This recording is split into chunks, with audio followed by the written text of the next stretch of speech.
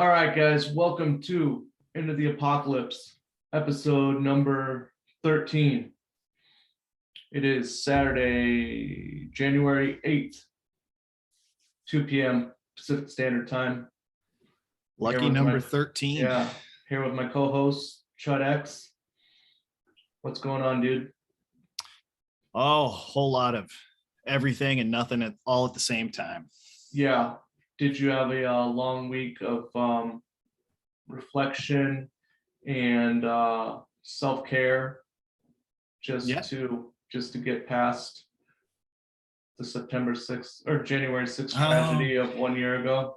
I did happen to have that, but it was unrelated to the 6th. Yeah, I was triggered all week, and I had a lot of stress and anxiety ramping up leading up to Thursday afternoon, and it came and went, and it was a tough day. I worked through it. I almost called in, but there was a real somber feeling at the job site and in downtown Portland.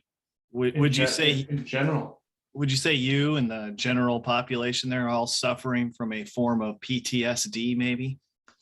Oh, I would definitely agree with that.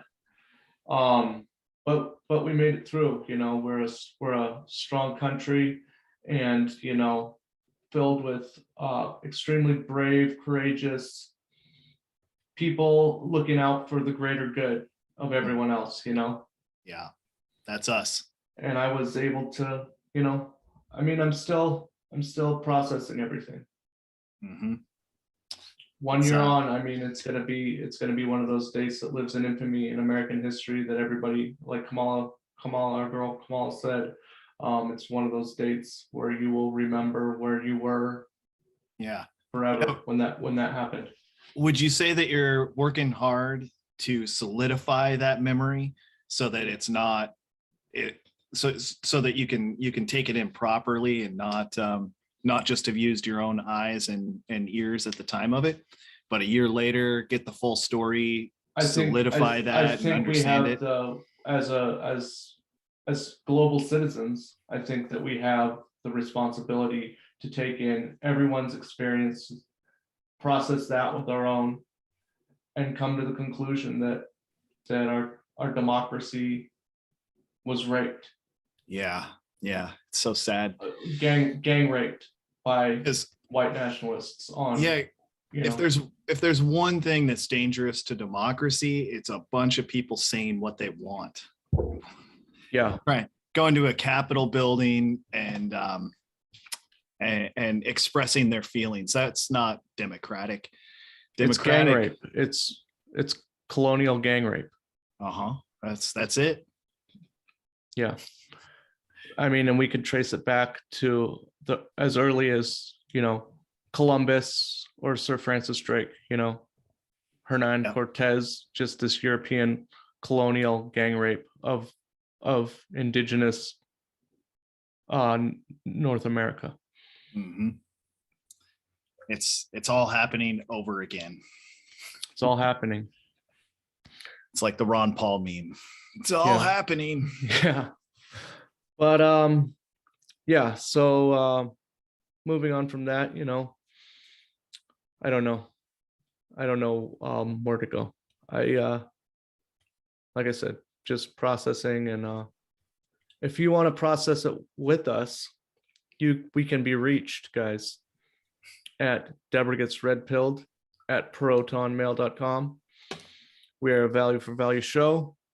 We will accept donations in any form, including crypto, including money, including your time and labor in the form of artwork.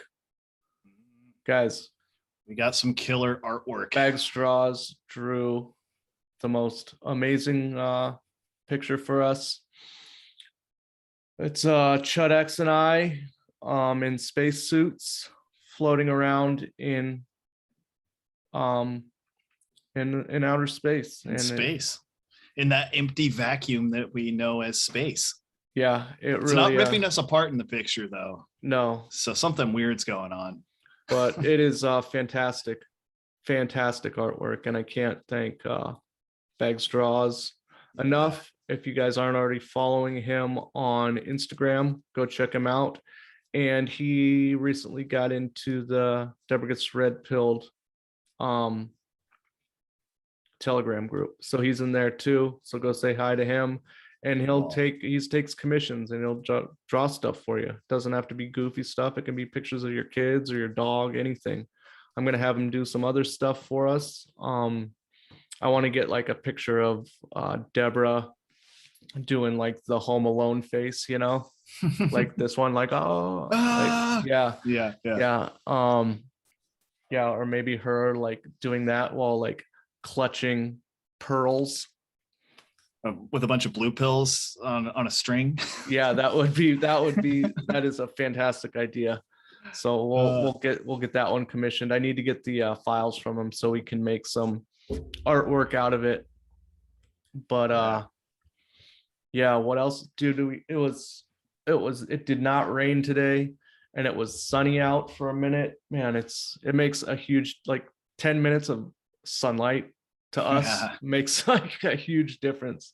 It's good for you. Like all the dogs like went out and like laid on the deck like for that like little 10 minutes of sunlight. I'm bummed. I'm really excited for this show that we got coming up, but I wish it was later because I was in the groove. I was actually like getting work done, in the yard. I brought in put a bunch of firewood and cleaned out the chicken coop. It's all stuff I can do on any normal Saturday, but it's real hard to get motivated and get in that work zone when it's on and off raining and 35 degrees, So did your guys' snow stick around very long? You had some snow, I think. We had that big snowstorm, and it wasn't like not big like what you guys had, but it stuck around out where we are a lot longer than it did like even down on the highway by our house. We're up at elevation, so it's stuck around a little bit more, but it's all gone now. We're just back to torrential rain every day.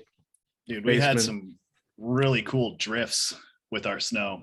I mean, depends on where they were for who, but for us, none of them were too invasive, but we're talking like 6 feet high drifts of nothing but snow from those that we were having all that crazy wind right after we got the snow. It was real dry snow, so it kind of blew in, like from the northeast side of our property. Yeah. And it's like my son's able to take his little toboggan and climb up to the top, and he's like up taller than me. Yeah. And they were packed tight enough that I was able to climb up to the top of them, and it's kind of cool. I'm up over the chicken coop roof, It's pretty neat just to get up high in a weird, not normally up high spot. Yeah, that's great. Is there still snow on the ground? Oh yeah. Lots. It's it seems like it's sticking around the longest I've ever seen snow stick around here. Yeah. It's very interesting, especially when you question the weather as much as I do. Yeah. Yeah. What else is going on up there? Oh, it's kind of all just the same. Things have been a little slow because of the snow. People tend to stay home more, and it's been a little quiet. And I just had some time off from my day job, which was much needed, very much enjoyed, especially because it happened right as the snow happened. So I mean, other than basic maintenance, I didn't get anything done except hang out with my family, and it was a great growing experience for the four of us. That's awesome, man. Yeah, I'd love to have some time off with just Emily and the dogs, and just our yard is like really wet. I got to do a French drain. Yeah, you mentioned that.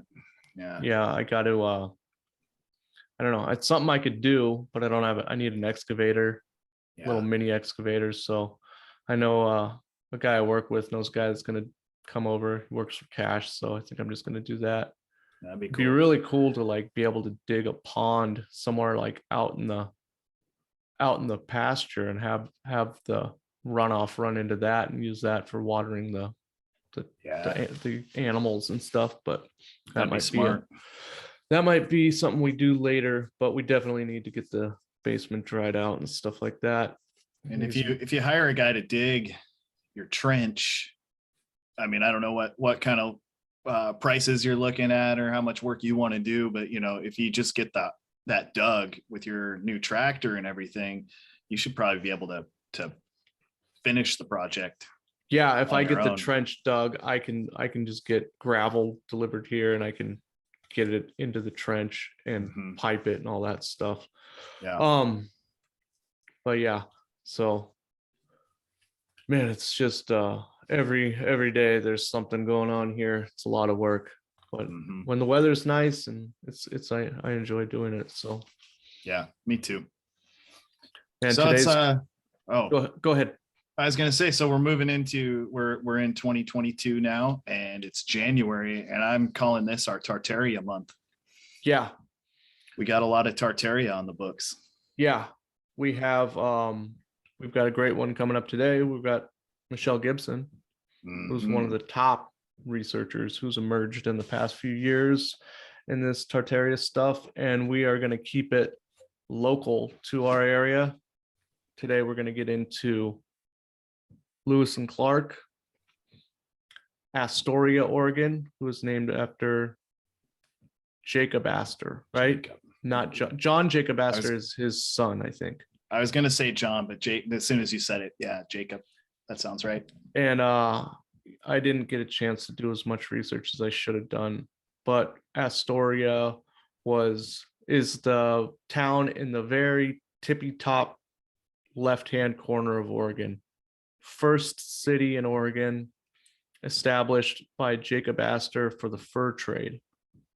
And it's also most famous for what's it most famous for in your Goonies. Goonies, Kindergarten Cop, Oh yeah. all filmed in Astoria. Mhm. So you can go to the Goonies house, but today we're going to get into some other stuff, how it relates to Western expansion, Tartaria, what may have been here, and Lewis and Clark. So Lewis and Clark, for me as a child, it was I know everybody probably learns a little bit about it in school when they're young, but for us we were going on field trips to forts and stuff where they actually were, and where I live was named supposedly by them on their return trip to the East Coast. Yeah, well, that's good enough for now. Sure. We can pause. We can let Michelle in. She's here. Is she here? Yeah, I gotta go. I'm making sourdough bread. I gotta go put it on the barbecue. All right. I'll be back. We'll be back, guys. Hold on. All right, guys, we're back, and we are so grateful to have our guest today with us, Michelle Gibson. Welcome to Into the Apocalypse. How are you doing today? I'm doing really well, Adam, and I'm really glad for the invitation to be here today. So thank you. Yeah, we're Thank you both very really much. really excited to talk with you, and yeah, we got to meet with you on a Tartaria roundtable we did with a bunch of people about maybe a couple months ago, month and a half ago, something like that. And it was a good talk. My only complaint was that I just kind of wanted to sit there and listen to what you had to say instead of what everybody else had to say. So hopefully today we can kind of get out of your way and ask you some questions and hear your thoughts. But Chud X and I both live in the Pacific Northwest. I live in Oregon. He's in Washington. And I am really close to the area that was to the Oregon Trail and to Lewis and Clark and to Astoria, which I never had really put the dots together and realized that Astoria was named after Jacob Astor. So I guess we could start out just by having you introduce yourself. I think most everybody that listens to the show probably knows who you are, but for those that don't, can you give us kind of the rundown on who you are and what you do? Sure. It's interesting because before 2018, I'd never done anything remotely like what I'm doing today. Yeah. And that's blogging and making videos and going on interviews and things like that. But I feel like I've been connected to the information I'm sharing from my earliest memories. And that's just because of things that I would notice in my environment that were odd or unusual or out of place. And I was always interested in unsolved history information, the television show Unsolved Mysteries when I was a kid, in search of Arthur C. Clarke's Mysterious World. I couldn't get enough of that stuff. Yeah. And when I've had a longstanding interest in history. And when I'm almost 60 now, but when I was in secondary school and even in elementary school, actually, I was interested in ancient history, but there was so little information available. And I wasn't that interested in American history. I thought it was kind of boring. I was more interested in Renaissance and European history. But what my interest in history gave me was a pretty good grounding in what we're told. And so in the process of the research that I'm doing, and I'll go into it here in just a moment, I already have a good frame of reference for historical events from that early education. And I'm not so much anymore, but I was a big reader when I was growing up, and I liked historical fiction, like James Michener and Right. Irving Stone. So I was still trying to get information that way. And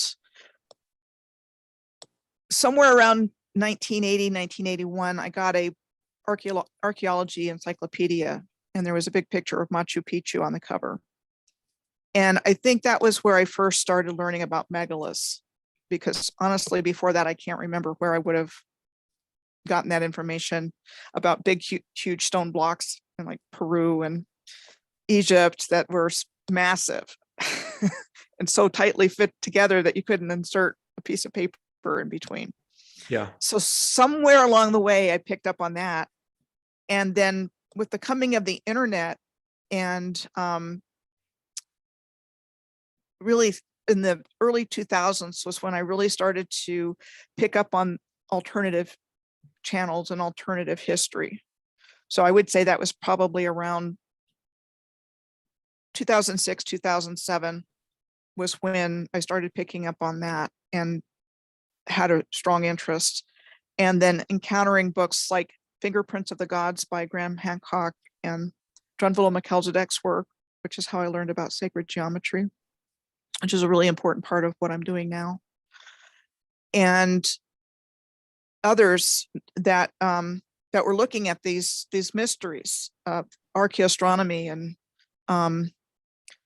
heaven's mirror, you know, the whole idea that there are strategically placed megaliths that line up with constellations and so on and so forth.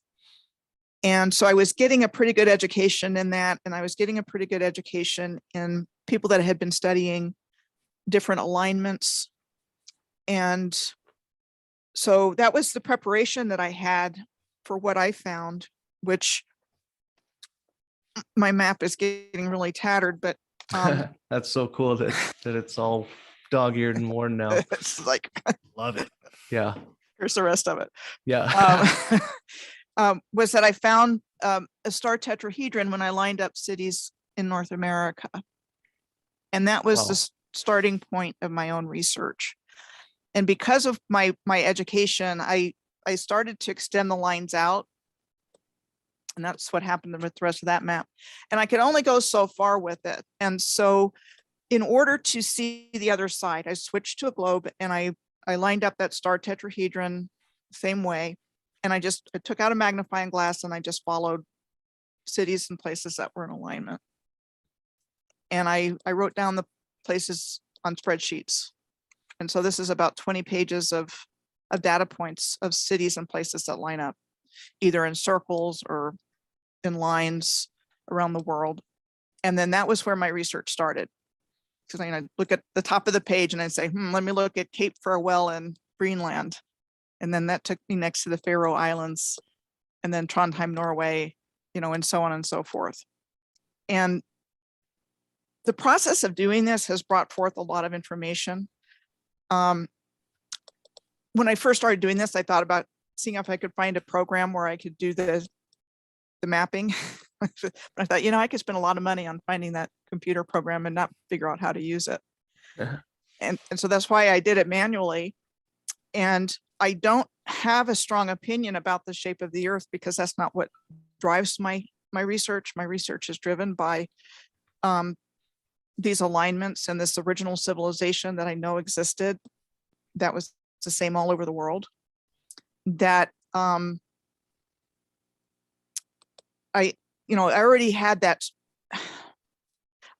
I consider these like ley lines. Yeah. And I think that works on a flat, a sphere or a plane, the ley lines in sacred geometry. And I have encountered information that does support flat earth. I just don't have, my passion is about the civilization, and it's not about the shape of the earth. Yes, they've lied to us. They've lied to us on an unimaginable scale. So have they lied to us about the shape of the earth like they have everything else? Most likely. No doubt. Yeah. And I traveled to Florida over Christmas to visit family. And I got to thinking about, the terminology airplane, and then you've got earth plane. And that when you look out the window of the plane, everything is, flat. You just look out as far as the eye can see. So earth plane, airplane, is there information that they're telling us without telling us in that? And again, nothing would surprise me. I'm just not say, hey, the earth is flat. Woo. You can also throw a T on the end of plane and you have planet. Planet, exactly. There's a bunch right there, but Yeah, I'm with you. At the end of the day, that shape doesn't matter. It really doesn't. What matters is what they've done. Yeah. How they've distracted us with these polarization of topics, and how they've got us, in a place where we face a grave threat to our existence. And that is because they took out this original civilization. And I think that's where the mud flood comes in. And then so the old world, and then they gave us this new world, and they created it based on the original civilization. And they took credit for everything that was already here and said, we did this.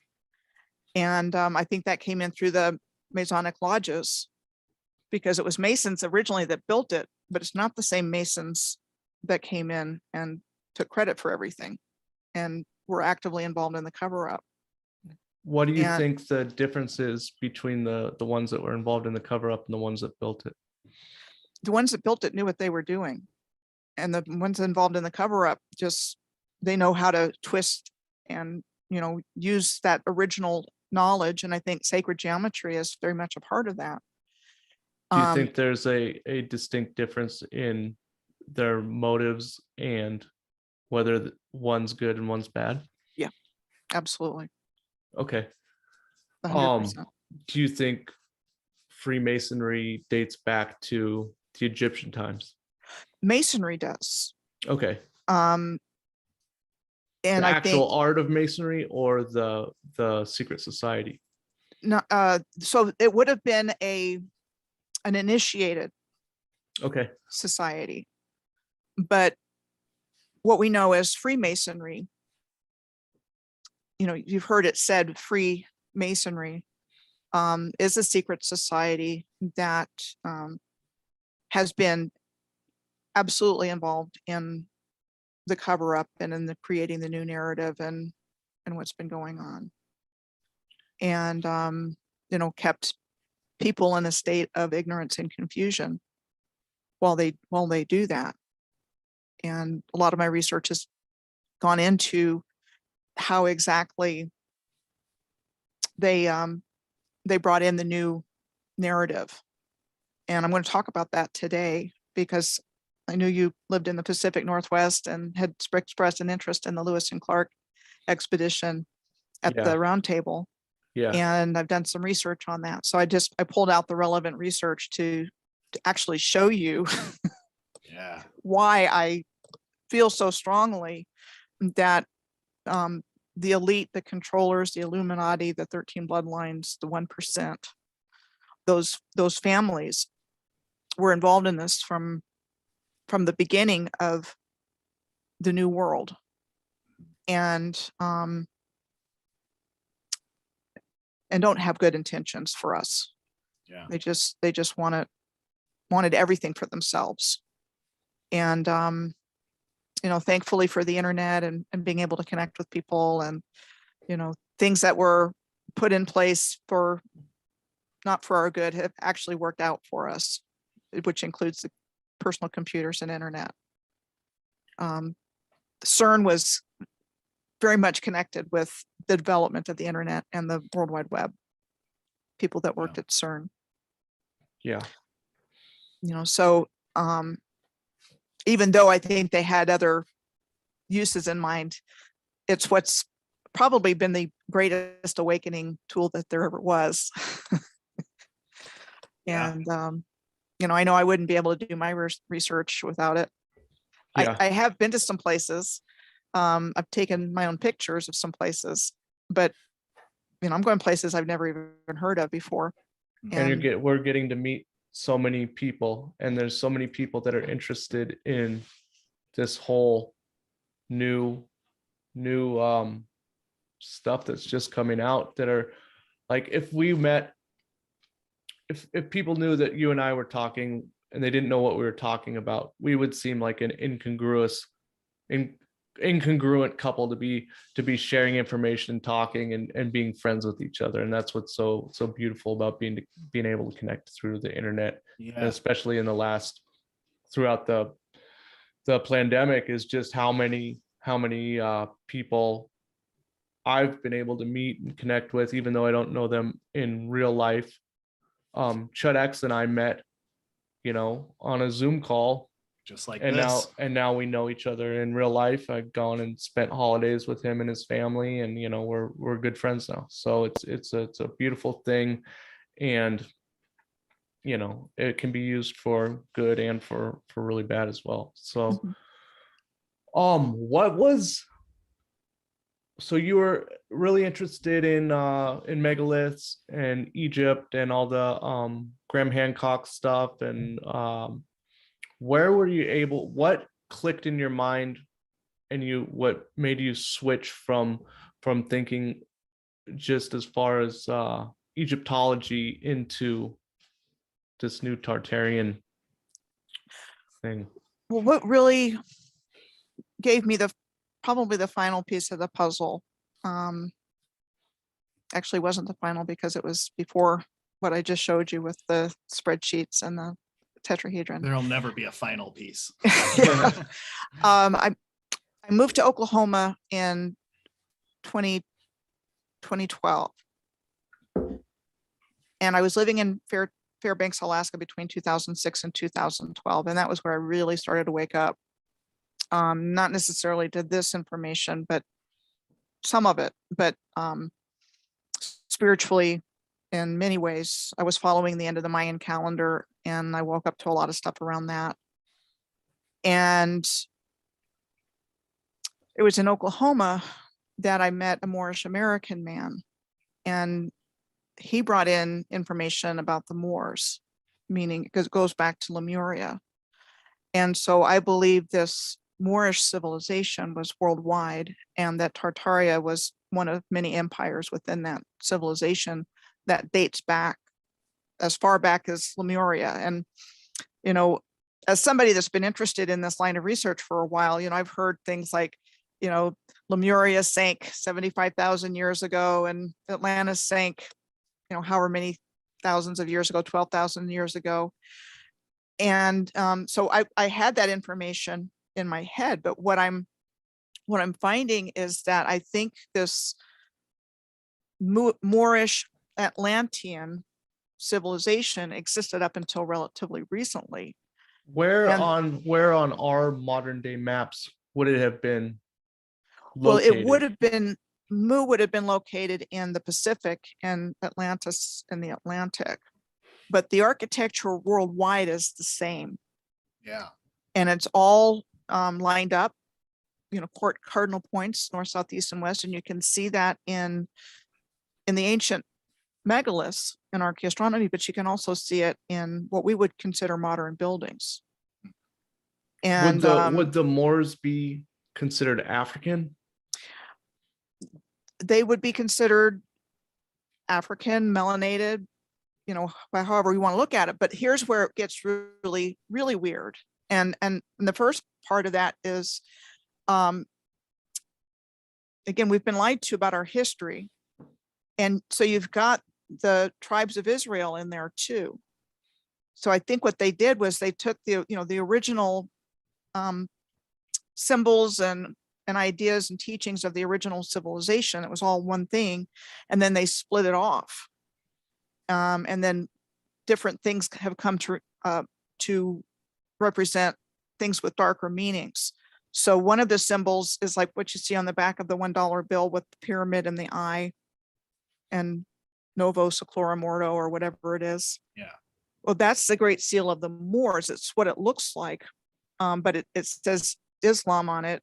And what it is the pineal gland is the eye.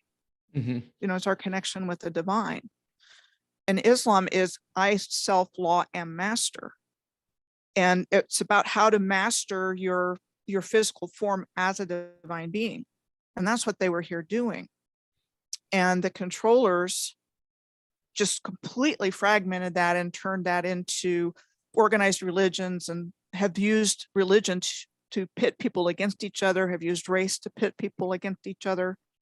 So what was originally not a thing, not a big deal, and I believe with all my heart that this was a benevolent, harmonious civilization.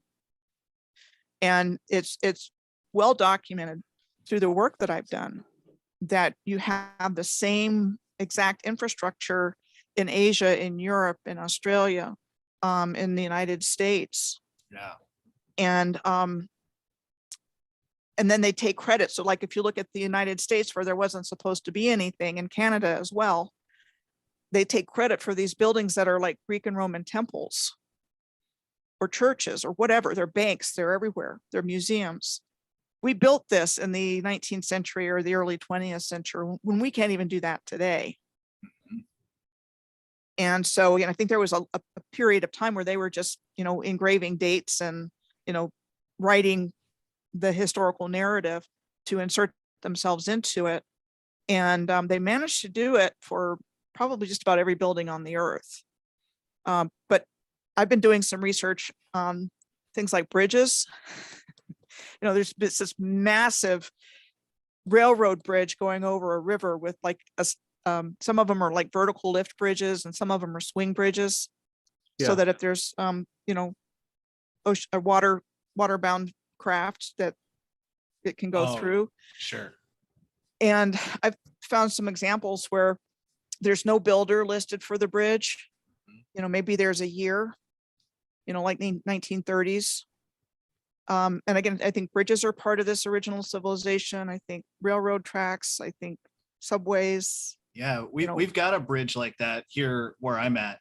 It's just over a smallish river. It's the largest river that comes right through here, but it's not very big. And there's this train bridge that goes over it that is on this, just huge cylinder that's out there. And I've actually snuck out and ran across and gotten down inside of this thing. And it's full of all these gears and stuff. And I started asking some people around, like, what's that all about? And it has a date on it too, of 1910. Is it still working? No, it hasn't. No one that I've talked to, including my grandfather, who he was the one who remembered, like, oh yeah, they used to park trains on that and then turn the whole thing around. So instead of so they could get the engines to face the right direction. And but he didn't remember it ever doing that, but that's what it was for. And it made sense to him that when I went out there, I found gears, and it did, it was like a series of wheels, steel wheels, and then some gears and spokes, like the whole thing could turn like that. But this thing is massive. And on a fairly small river, it's half as wide as the river right in the middle of it. And Yeah, it's one of those ones that I bring it up with people and they're just like, yeah, I don't know. It's what they used to do. And that's one of my, tests when looking at the historical narrative, and it starts to fall apart when you look at it. So 1910, were we even capable of doing that based on what we've been taught? Mhm. That's an early year for some of those. There's some other ones too that are just amazing engineering feats. 1800s, early 1900s.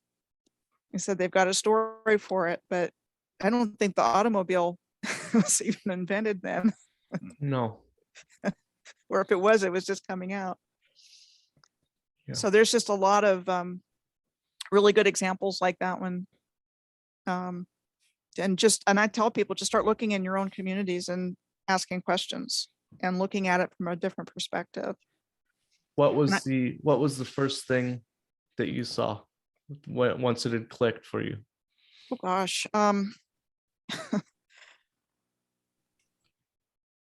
I'll give you the first thing I saw after when I was a kid.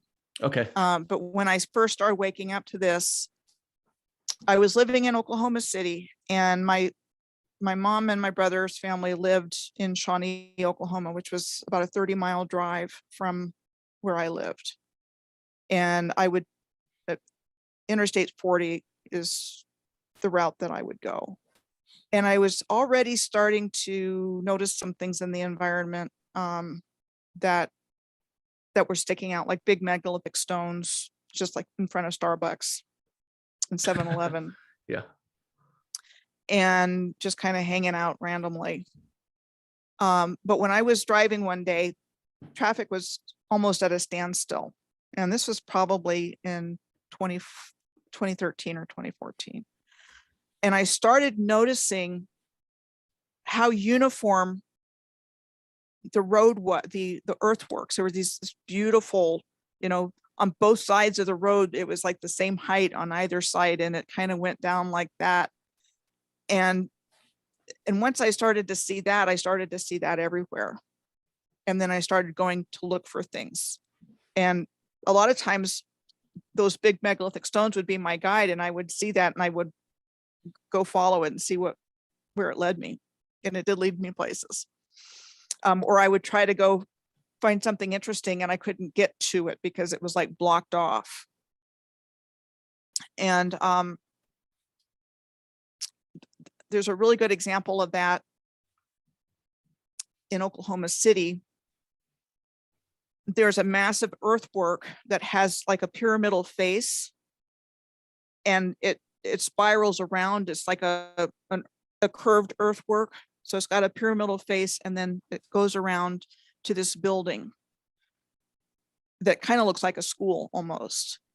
And so when I noticed that, and it's also at a place where the Oklahoma River, for all intents and purposes, ends.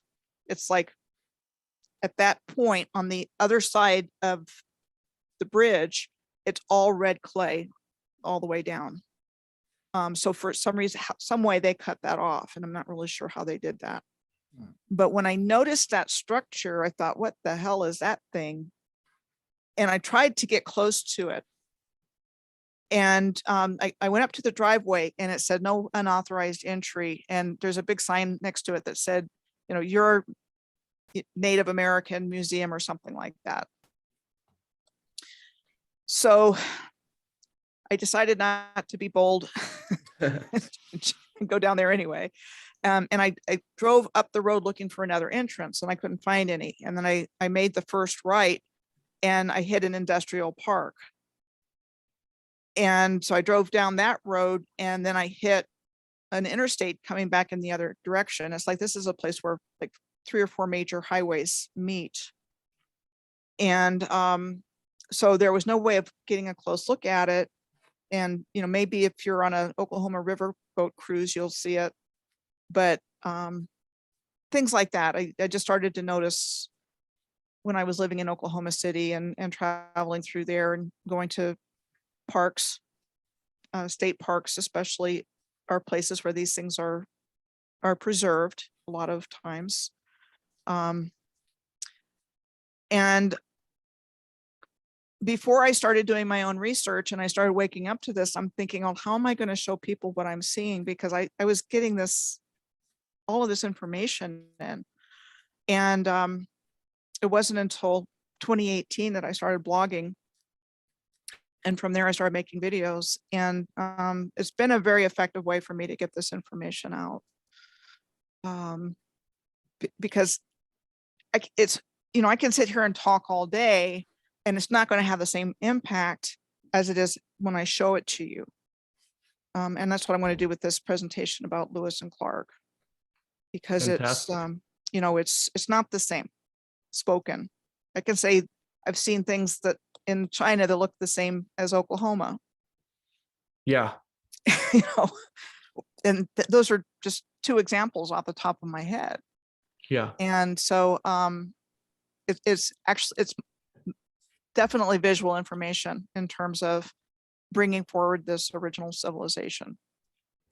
Yeah. The first time I ever heard about any of this was an earlier episode of Tinfoil Hat. He had Red Bricks on talking about it, but they were doing I didn't watch it on YouTube, and I couldn't make any sense out of it. And I just kind of discarded it until it was presented on another podcast by Howdy Mikowski, talking about the exposition buildings and coming at it from a construction perspective, which makes sense in my brain. And that's what really, really helped it click for me. And then once I saw that stuff, I've lived in San Francisco. I live, close to Portland, Oregon now. I grew up close to downtown Portland, Oregon.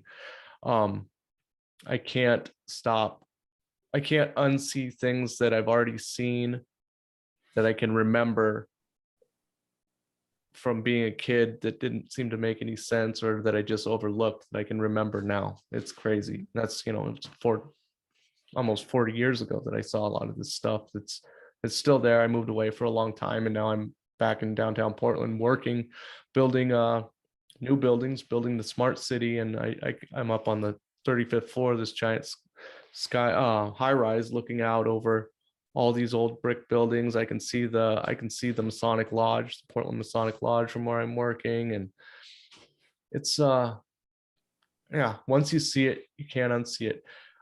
Before you get into the Western expansion stuff, have you witnessed any sort of evidence of the old world or old civilizations when you were in Fairbanks? I didn't recognize it at the time, Right. because that was before I started doing this research, but absolutely it's there. That's wild. It's I've been there. to Fairbanks. Yeah. It's a cold place. It's an interesting place to live. I loved it. I was Yeah. there. I lived there about 11 years, but at different times. Yeah, I used to work for the Forest Service, so they flew us up there to fight fires out like way up towards the Arctic Circle, and they extended. We usually go and stay for 14 days, and they send you home, but they extended us, so they had to give us a couple days of R&R. So they bussed us, got us on boats, took us down the Yukon River to a place where some school buses could come pick us up, and then drive us 4 hours south to Fairbanks. Gave us 2 days off. I didn't get much exploring or anything done besides the inside of a couple bars. So I'd be really interested in going back someday and exploring the wilderness, but also seeing what evidence there is. And it's so cool because there's evidence everywhere. Right. Absolutely. Okay, so I'll stop interrupting and I'll let you get to where we're supposed to be. Okay. Well, let me just tie up a couple of loose ends, because my very first memory of the civilization were some gigantic rocks that I played in as a kid. When my dad was practicing softball, and I wasn't interested in that, so I ran down in the woods. And that was when I was about 7 or 8.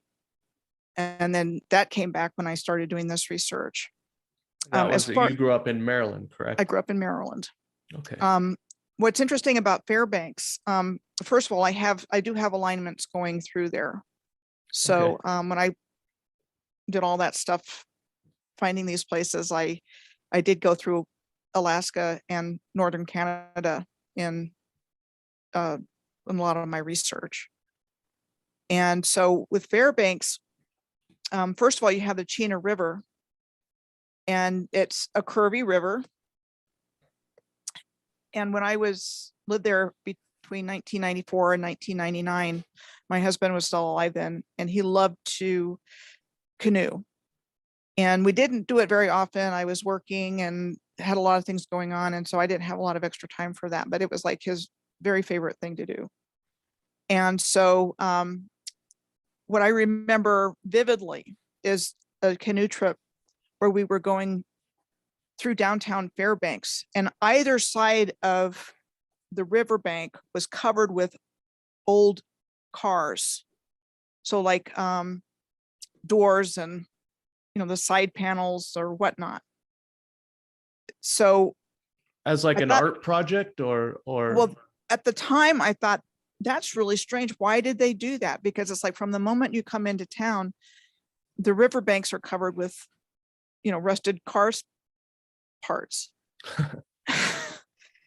And what I think it is now is I think they were hiding something, whether it was masonry or and I saw that when I started looking at lakes around Oklahoma City, the ones in town are covered up. They've got something like, concrete going around them. But if you go to the lakes outside of town, you see ancient masonry blocks. And I think man-made lakes were made to cover up these the ruins of these original civilization, as well as creating a water supply. So it was like they killed two birds with one stone. And a lot of that took place during the New Deal and Franklin Delano Roosevelt's projects there. Yeah, that's so- crazy. I grew up I grew up in Portland, Oregon, but I went to high school in the Napa Valley in California. And there's a lake there called Lake Berryessa. It's a man-made lake, it's a recreation lake.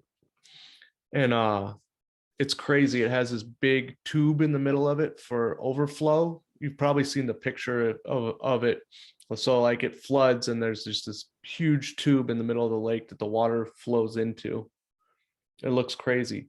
But yeah, that it's always been discussed. Like there's a town at the bottom of it that they just flooded to make this lake, but that's all that anybody thinks about it. It's like, what else could be at the bottom of the lake that they're using the lake to cover up? So Right. And I think that story is repeated over and over and over again. yeah. As part of what they were doing. But I'm going to go ahead and go on to Lewis and Clark, because this will probably take me a while to get through all of it, but it's a really good example of what we're Okay. talking about. So if you can let me. Yeah, I think you should be good. Okay, great. All right. So Guys, we'll put this up on this will be on YouTube. If you're listening on the podcast form, it'll be on YouTube. So I got the slides together for this and then realized right before the podcast started that I hadn't put it in a PowerPoint, but I do have it organized. So Okay. I'll just go through the pictures here. So this is what we're told about the Lewis and Clark expedition. Also known as the Corps of Discovery, the Lewis and Clark expedition started on August 31st of 1803 and lasted until September 25th of 1806. And its mission was to explore and map the newly acquired western portion of the country after the Louisiana Purchase. So that's what you're going to find when you go look it up. It was the acquisition of the territory of Louisiana by the United States from France with the signing of the Louisiana Purchase Treaty on April 30th of 1803, and was officially announced on July 4th of 1803. So the Louisiana Purchase was said to have doubled the size of the United States and paved the way for the nation's westward expansion. So had One of- France, if they owned that land, had they said that they'd been out here, or it was just completely unexplored? I think some of that will be answered here because there was a whole civilization here. And so they're basically, and there's also a lot of questions about, did the Louisiana Purchase actually go down the way that we're told? Okay. I've also heard that it was just like a part of New Orleans and not the whole Yeah. territory that they say it was. So that's, again, that's the impression that they want to leave us with. So one of the negotiators with France, so this is a Frenchman, for the terms of the Louisiana Purchase on behalf of President Jefferson was a minor French nobleman by the name of Pierre Samuel Dupont de Nemours, who was living in the United States at the time. So this was the Dupont family showing up at the Louisiana Purchase. His son, and I'm not even going to try to pronounce his name, I'll say E.I. Dupont, was a chemist and industrialist. He founded this company to manufacture gunpowder and explosives, and that was in 1802, with the DuPonts becoming one of America's richest families with generations of influential businessmen, politicians, and philanthropists. So when I started doing this research, I did it because somebody left a comment saying you should look into Lewis and Clark. So I'm like everybody else. I don't know what I'm going to find when I start to look. And from the get-go, these names are coming up in connection with Lewis and Clark.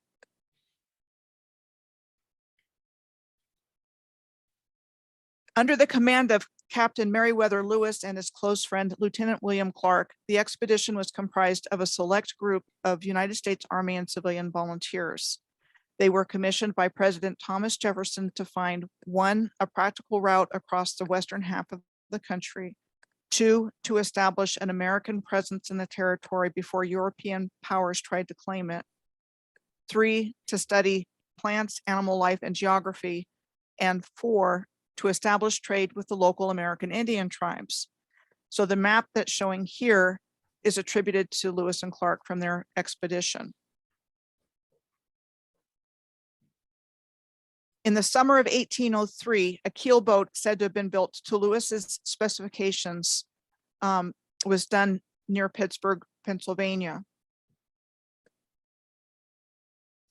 And Lewis and his crew traveled in it immediately.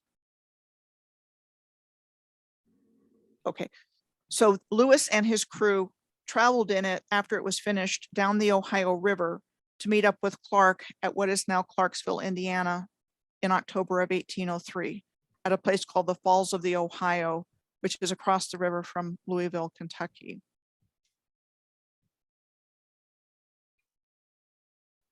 In 1803, Lewis and Clark met a well-known Frenchman at Cahokia. His name was Nicholas Jarrett, who agreed to let them camp on his land on the Wood River, and known today at the Cahokia as the Cahokia Mounds State Historic Site. It is the site of a pre-Columbian Native American city that is considered the largest and most complex archaeological site north of the great pre-Columbian cities of Mexico. And so the location of the place where they camped is almost directly north of Cahokia. And what state is that in now?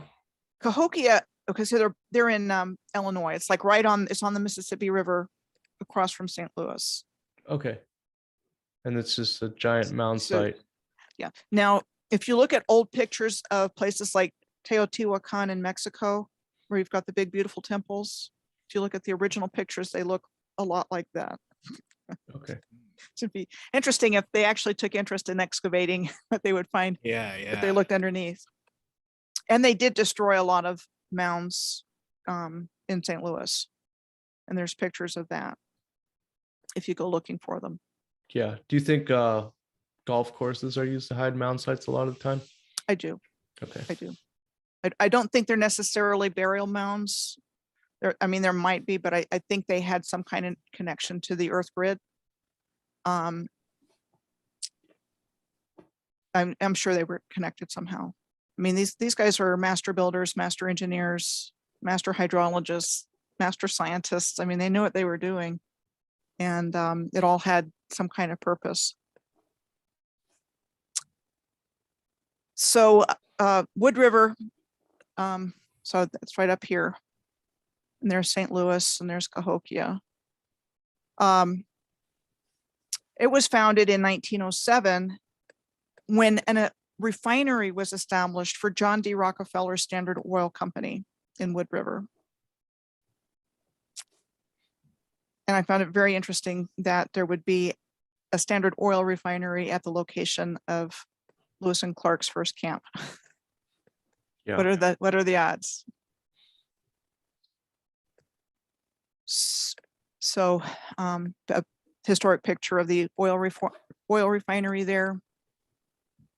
And Rockefeller himself was the progenitor of the Rockefeller family and considered to be the wealthiest American of all time, founding the Standard Oil Company in 1870. So that's John D. Rockefeller Sr.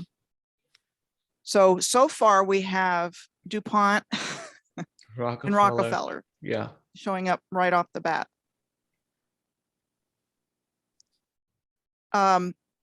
Jefferson's instructions to the expedition were: the object of your mission is to explore the Missouri River and such principal streams of it as by its course in communication with the waters of the Pacific Ocean, whether the Columbia, Oregon, Colorado, or any other river, may offer the most direct and practicable water communication across this continent for the purpose of commerce. So that's the reason that we're told they were told. But we're going to go a little bit deeper into that. What were they doing? While the U.S. Mint prepared special silver medals for the expedition called Indian Peace Medals, with a portrait of Jefferson and inscribed with a message of friendship and peace, was distributed by the members of the expedition.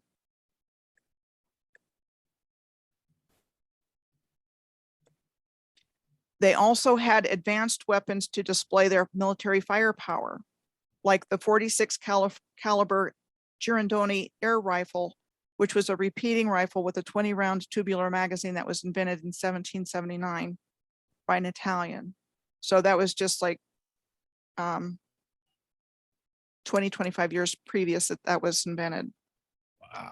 So you've got, the rifles coming along, you've got the DuPont's manufacturing gunpowder. They had a continent to conquer. Yeah. So the expedition also carried flags, gift bundles, medicine, and other items they would need for their journey. So this is actually significant information. So the medallions, the peace and friendship medallions, and the gifts, and we'll get more information a little bit later on in the presentation about why that's significant. The Corps of Discovery of approximately 45 people left Camp Dubois on May 14th of 1804 in Wood River. And under Clark's command, they traveled up the Missouri in their keel boat and 2 other boats. The first place that they stopped was St. Charles, Missouri, which was founded in 1765 and is considered to be the 3rd oldest city west of the Mississippi River.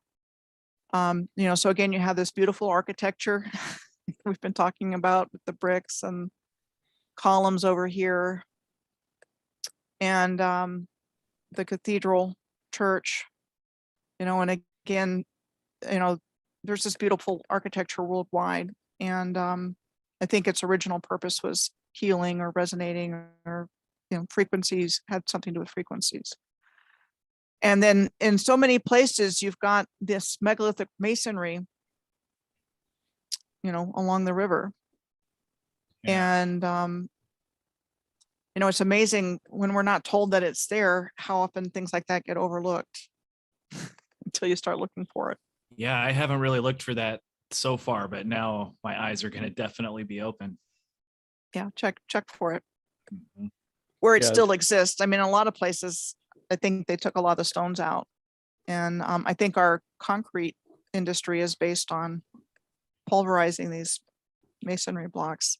Mhm. Yeah, that's there's a what's a concrete factory called? A foundry, something like that. There's a concrete factory in every little town in America. Yep. An abandoned one. The largest building in my county is a former concrete factory that for the last 30 years only grinds. They only grind up stuff. That's it. So they had the capability of taking pre-existing Mhm. megalithic blocks and reducing them to dust. Yep. And I first picked up on that when I was living in Oklahoma City. That's where I had my first aha about that. Mhm. You know, and they've got an endless supply. I just had my first aha right now, so thanks for that.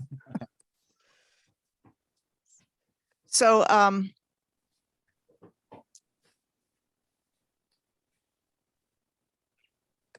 from St. Charles, the expedition followed the Missouri through what is now Kansas City, Missouri. Let me figure out where I am. I'm a little lost here. Okay, so Clark went to St. Charles. Lewis joined them there. That's what this stone is commemorating.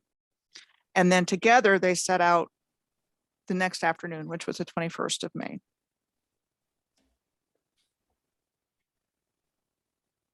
From St. Charles, the expedition followed the Missouri through what is now Kansas City, Missouri.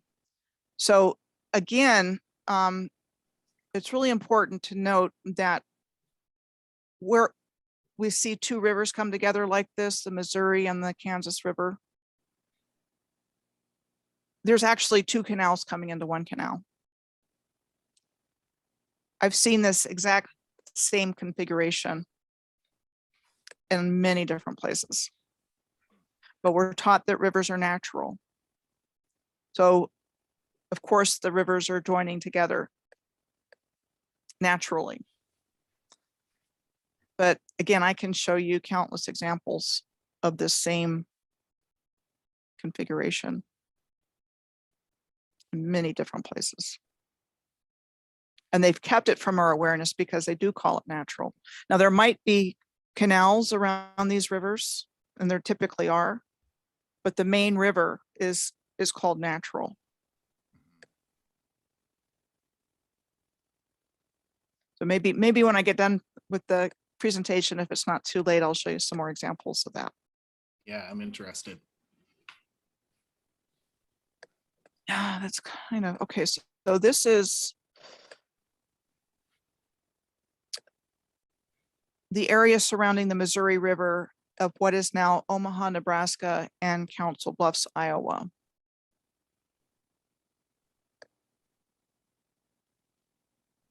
I'm thinking I had a reason because that's the same picture twice. So I think I had something from my original show. So the landing where they landed was here. And then there's a park up here. And this marker is showing this location, which is the Lewis and Clark Monument Park in Council Bluffs, Iowa.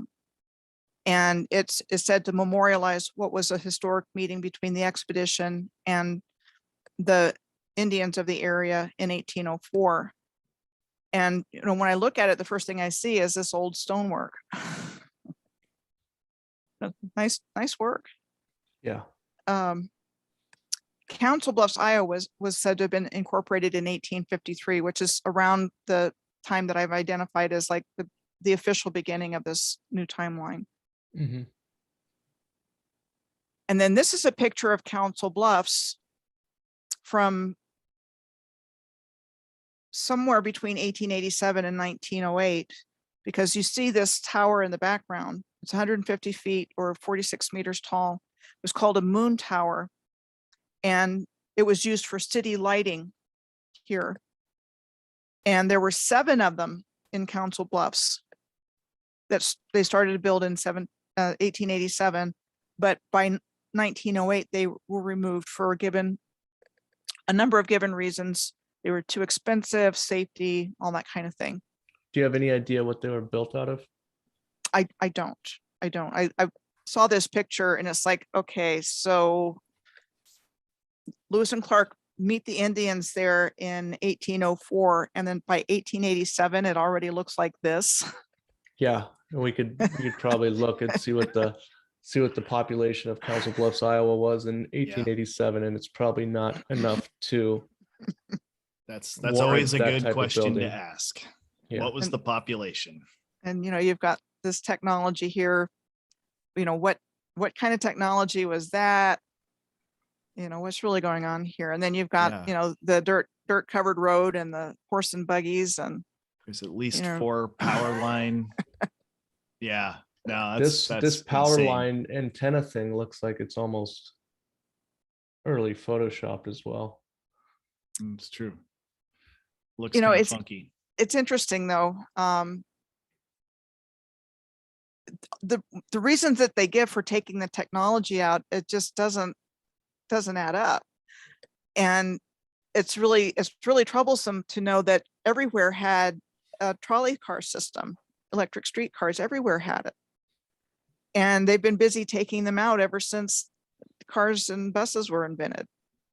You know, and you know, it was because they didn't want it. They wanted to have the wealth generated by, you know, vehicles and gas and the oil industry and everything that goes along with it. Yeah, because a bus and automobiles run on gasoline, which is made out of oil, which is, you know, enriching certain generational families. And you know, in San Francisco, they still have that trolley car system for tourists. Nobody that lives there rides it, but yeah, that thing runs on ropes, which I'm sure are powered by electric motors. Yeah, so there's just a lot of really big red flags when you start looking into this history, this hidden history. But thank goodness for the internet. Thank goodness for the historical photos that still exist, or pictures or illustrations, because there's a great deal of information still to be found about what's gone. Yeah. So Omaha's in this area too. And so this is near the old market. Where they landed is near this location, which is the old market in Omaha. And again, Omaha was also the location of a major World's Fair. And you see the same kind of buildings in Seattle, and you see them in San Francisco, the Flatiron kind of building Yeah. that you see here in Omaha.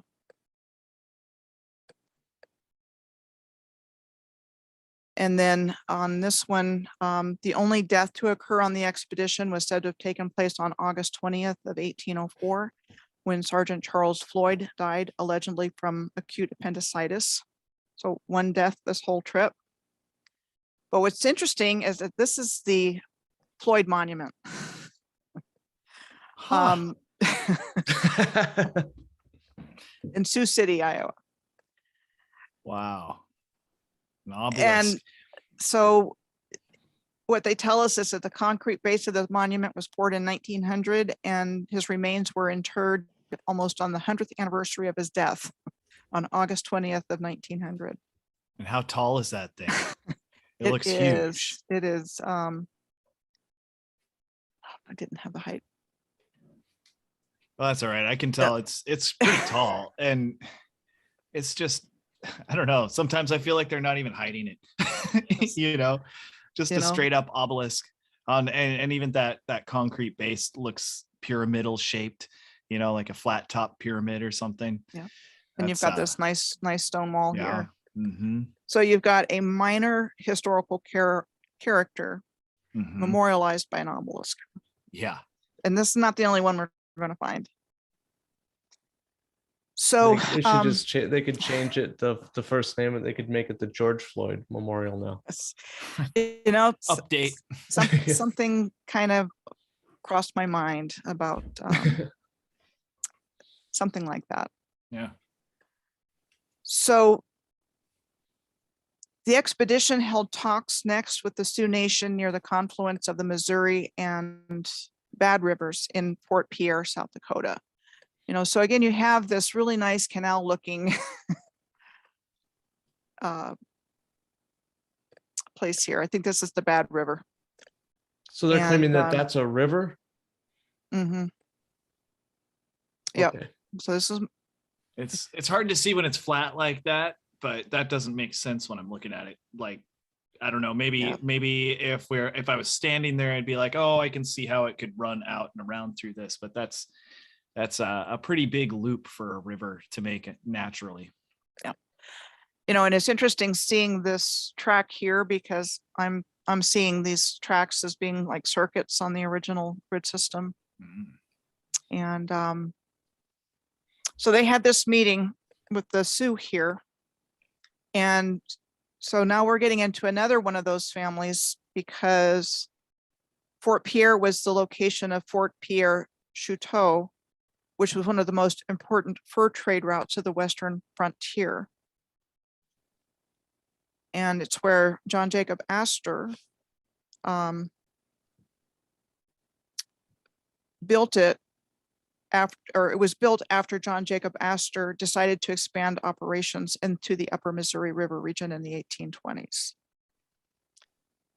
So now we've got the Astors coming in. So we got DuPonts, we got the Astors, The and we have Rockefellers the so Rockefellers. far. So the German-born John Jacob Astor was the first prominent member of the Astor family and the first multimillionaire in the United States. He Okay, made so- his, Sorry, Michelle. I said earlier that John Jacob Astor was the son of Jacob Astor, but I think it's the other way around. yeah, it's something like that. So he made his fortune after establishing the fur trade monopoly out west and real estate investment in and around New York City. Okay, so this is a building called the Old Stock Growers Building in Fort Pierre, and it's one of the oldest buildings there. It was said to have been built in 1903, but when I look at that building, you know, I think it's a really good mud flood example. Yeah, first thing you see, buried windows. You see the buried windows, and it just looks top heavy. Yeah. That's a good point. I'd never thought of thinking about something like that until you said it right now. Yeah. And again, these are, I mean, this kind of evidence is all over the place, you know, and it's just really looking at it differently and shifting your perception, and asking questions. And it's hard to believe that we could have been lied to the way that we have been, you know, and most people are trusting. And I think that's the hardest thing about doing all of this is that, you know, to get to the truth, you have to let go of a lot of preconceptions and beliefs to really get to an understanding of what's taken place here. Lewis and Clark included, you know, because we've all been educated in the narrative. Michelle, I loved Lewis and Clark when I was a kid. It was I've told Adam before, I went to Fort Clatsop once when I was like 8-10 years old, something like that. It was a life-changing experience, how cool it was to go and see. I saw a guy shooting a black powder musket rifle, you know, and all these things, and got a coonskin cap while I was there. I was enamored by the story when I was like 10 years old. Yeah, we went there every year on a field trip. You know, that was like, I got a mouth harp there once. You know, I That's what can think of places when I was growing up. Hershey Park in Pennsylvania wasn't too far from where I lived in Maryland. That's the one made out of chocolate, right?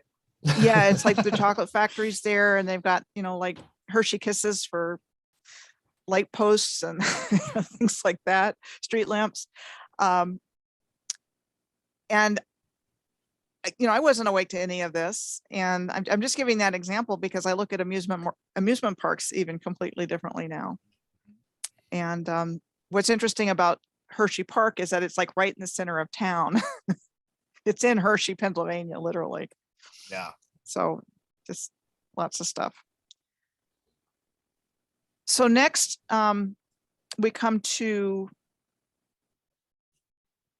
so from Fort Pierre, the expedition continued up the Missouri River between present-day South Dakota and North Dakota.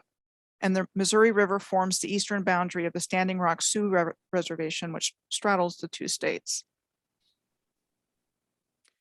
And Fort Yates is the tribal headquarters for the Standing Rock Sioux.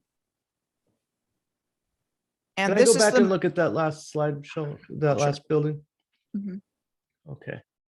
So that's supposed to be the tribal headquarters for the Standing Rock Sioux. Mhm. We've got some stone masonry going on it. Some So, small stone, yeah. Got it. And Fort Yates is where the memorial for Sacagawea is located. Another obelisk. Another obelisk. The Standing Rock Sioux Reservation was the location of a major standoff between the Sioux and the Dakota Access Pipeline Project in 2016 and 2017. And when I look at that, I just see a gigantic mound or earthwork. Mhm. And then not too far from Standing Rock is Mound City in South Dakota, which is a short distance east of the reservation's boundary on the Missouri River.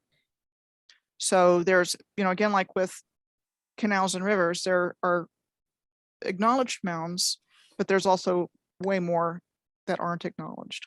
Yeah. Is Mound City named that because there are several mounds there, or?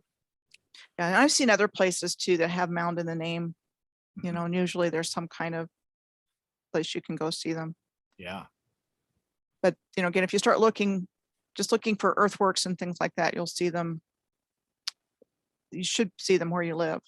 There's this little town. It's where Pixar is, right by Oakland, called Emeryville.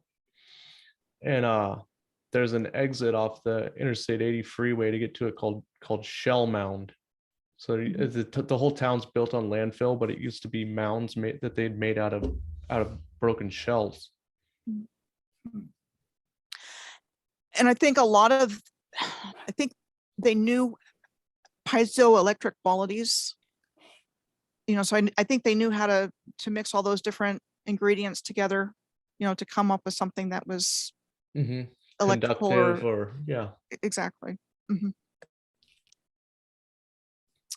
And the town of Washburn, which is shown here, was founded in 1882 and named after an entrepreneur named Cadwallader C. Washburn. And he founded a mill that later became General Mills. Mhm. So again, you kind of got another corporate person in there. And that's his gravesite. Jeez. They Obelisk. really like their obelisks, huh? In La Crosse, Wisconsin. Guys, you got to watch this on YouTube. It's crazy. Yeah, this is visual heavy for sure. Okay. And then Lewis and Clark continued up the Missouri River in the territory of the Mandan Nation, where we are told they managed not to fight each other. And historically, the lands of the Mandan Nation were primarily in North Dakota around the upper Missouri River and its tributaries, which are the Heart and the Knife River. Did you come across any sort of run-ins that they had with hostile tribes and along the way? I haven't gone into all the details that I found. There were some issues back in South Dakota with the Sioux and Is things that like what that. they say? They say they had Sacagawea with them to mellow things out. Right. And this is where she comes on board with her husband. And, again, I don't think that kind of hostility existed within the original civilization. So I think it's part of the new narrative. Because there hadn't been we're used to hearing about settlers and problems with that, and they hadn't encountered that yet. I think that's part of it. And, when we do get into what is probably true within the historical record, if somebody was trying to take your land, would you sit back and let them do it? Right. No. So it does raise a lot of interesting questions on that. So in this one, while they were at Fort Mandan, Lewis and Clark met the French Canadian fur trapper Toussaint Charbonneau and his 16-year-old pregnant Shoshone wife, who is Sacagawea, and they both joined the expedition and served as translators. So that's where those two came in. And so she gets memorialized with an obelisk and with a coin. And is it any wonder that we just totally believe what we're told, right? I mean, look at the length that they've gone to telling us what to think and what to believe. Do you think she was real? She was probably real, I would think, but again, they put they put the narrative out there that they want, and then they just reinforce it, Right. you know, with movies and coins. And Yeah, isn't there you even know- a Disney movie about Sacagawea? I believe there is. I mean, Yeah. I think it may be Pocahontas. Oh. Same idea though. Yeah. Mhm, mhm. Same idea, but yeah. So we're getting into your part of the world. From there, they followed the Missouri River to its headwaters and went over the Continental Divide at Lemhi or Lemhi Pass on the now Idaho-Montana border in the Beaver Head Mountains of the Bitterroot Range of the Rockies. And from 1803 until the time of the Oregon Treaty, Lemhi Pass marked the western border of the United States. So the Lewis and Clark expedition then descended from the mountains by way of the Clearwater River, and the Snake River. And I'll just point out these big boulders here in the water. You know, Mhm. again, I look at all of these things completely differently. Yeah. It's like a cut in there. So the Snake River and then the Columbia River. Mhm.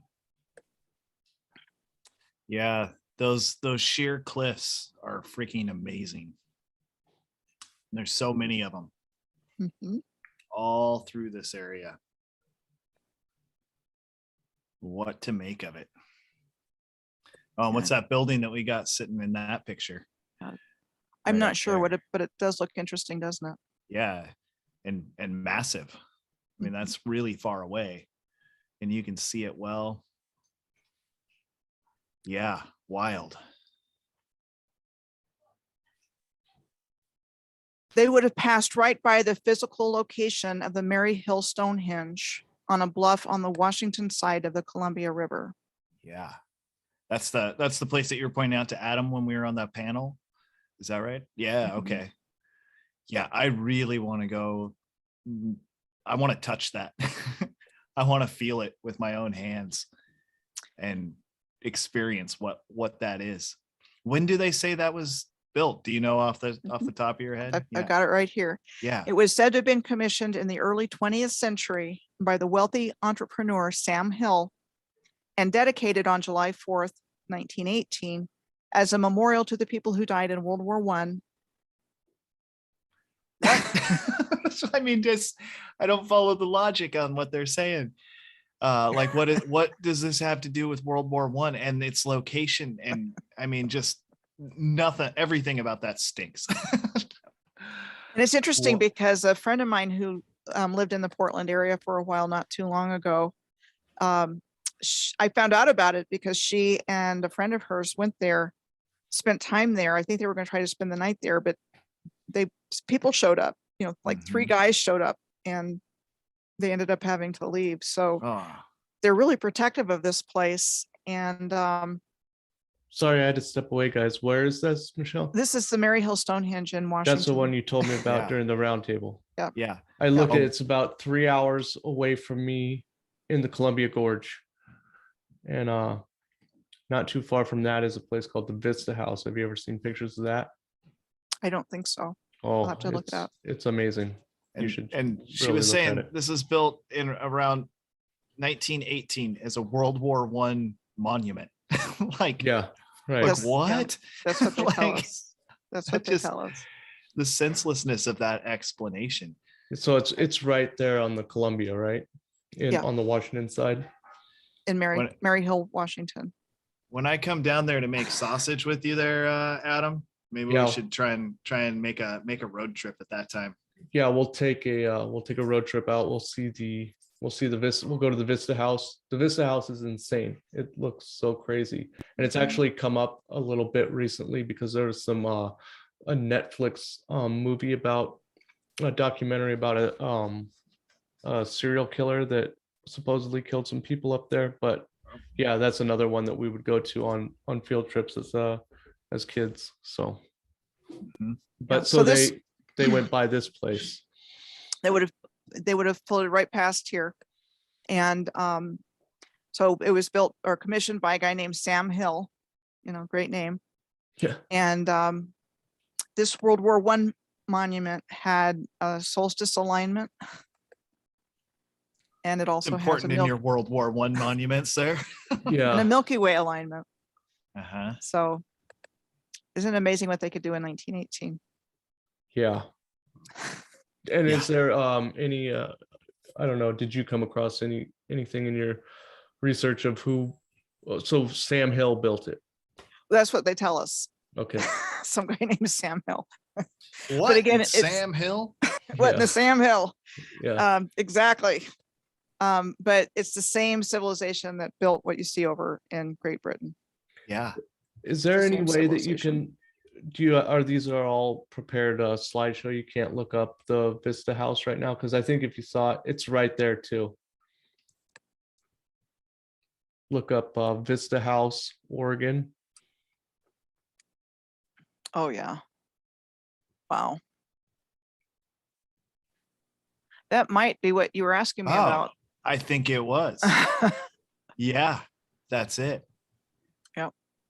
Yeah, And one of the ones she showed, the slides she showed while you were stepped away for a moment.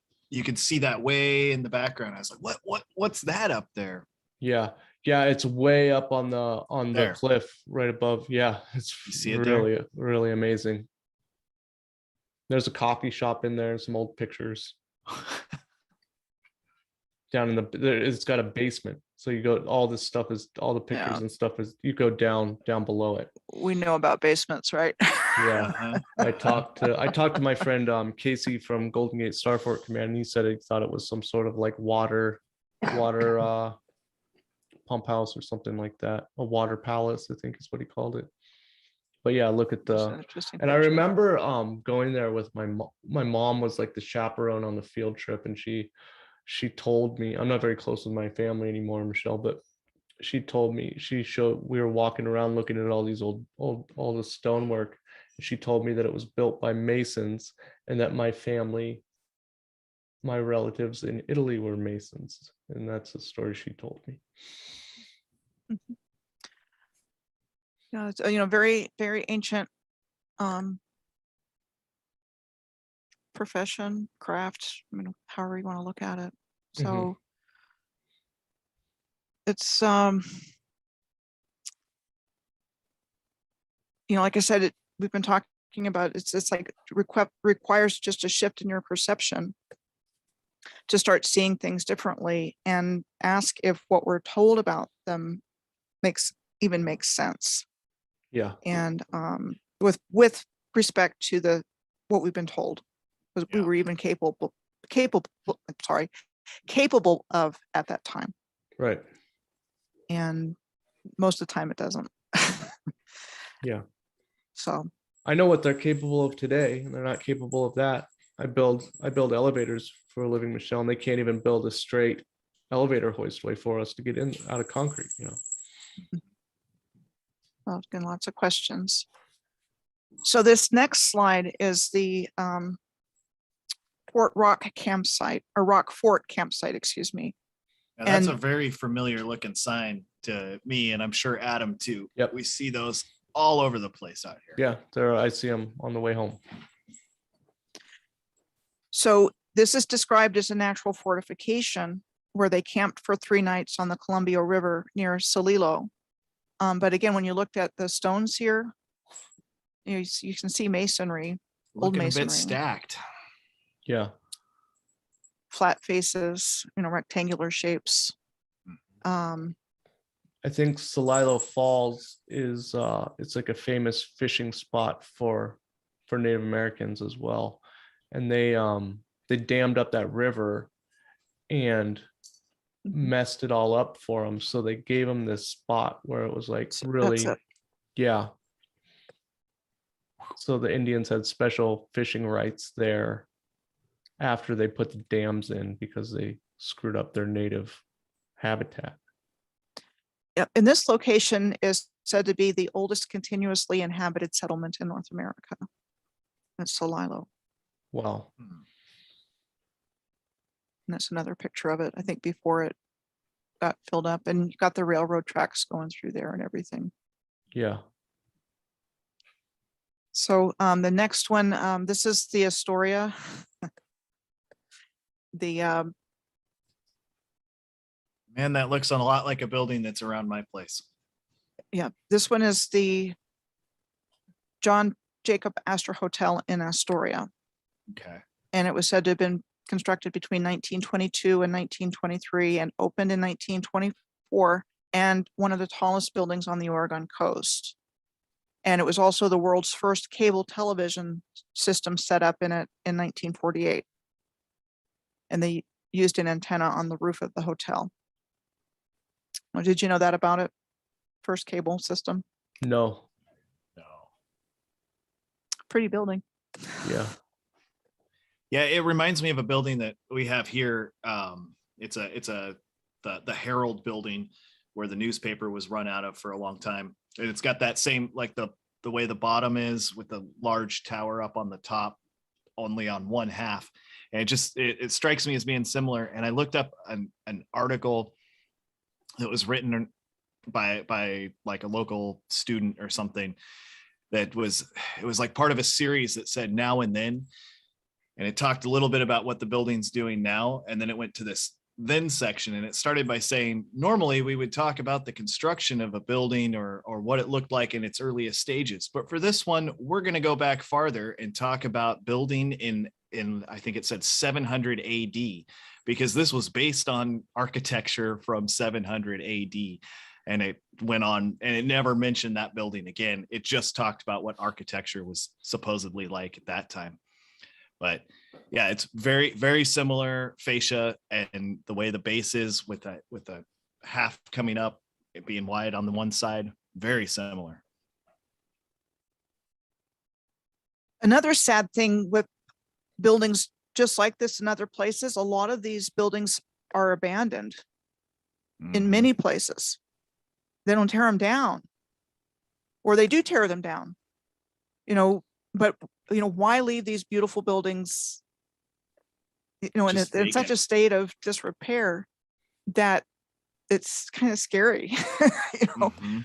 I noticed a magazine at Whole Foods the other day of, creepy abandoned buildings, and I'm not going to pay $13 for it, but because I've seen enough on the internet, but there's a lot of them out there. And this one is a fire destroyed almost all of downtown Astoria in 1922. Yeah, I know that. I've heard that's a familiar story that happened everywhere. So that was 1922, and this was supposed to have been built between 1922 and 1923. And then again, burns and then just build back better. Right. And then you've got these pictures of fires that look like war scenes. Yeah, similar to what you see in San Francisco. Yeah. So what were they doing? I mean, directed energy weapons or something? Yeah. Because they're just, looks like got obliterated by these fires. Yeah, and because it's a lot of masonry. It's not just all wooden buildings. But that's the story that they try to tell you, that the buildings were wooden and they had to build them back better as masonry so that would never happen again.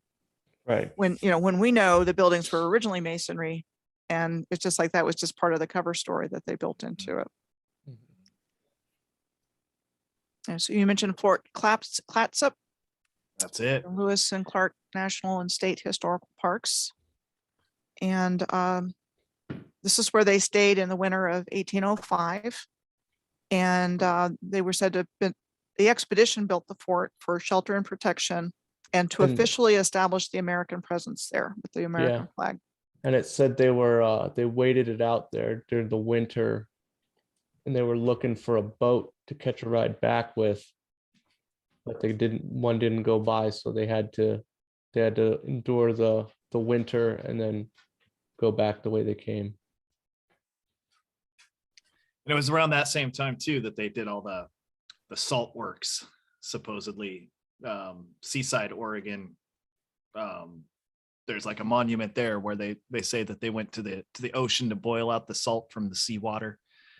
You have you ever been there, Adam? Oh yeah. Yeah, it's a big tourist town. There's like a boardwalk there with a big video arcade and bumper boats, all that stuff, you know.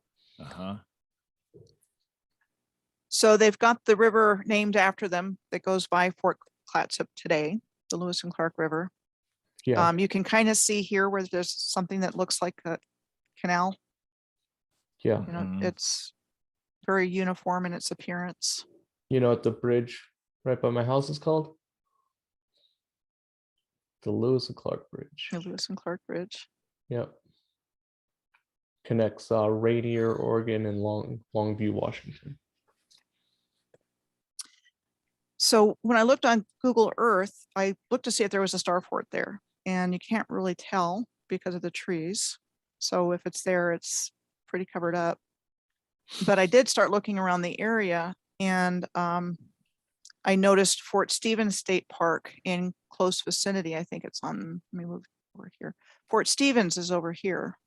So you've got Fort Clatsop here, Fort Stevens fairly close by. And so I looked that up.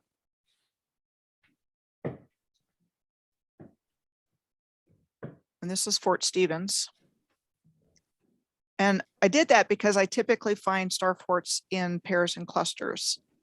So Fort Stevens was said to have been constructed as an earthwork battery on the shore of the mouth of the Columbia River between 1863 and 1864.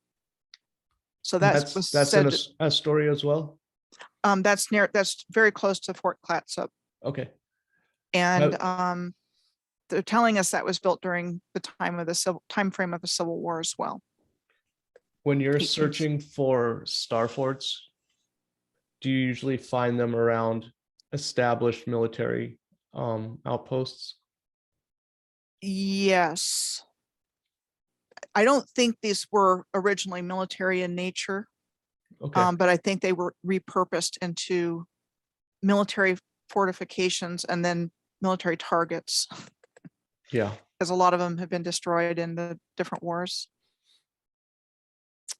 This is, let's see. Yeah, I've been there. That just triggered in my brain. I've been there. This one is Fort Canby, which is in the same area. Mm-hmm. There's a town here called Canby as well. And Fort Columbia.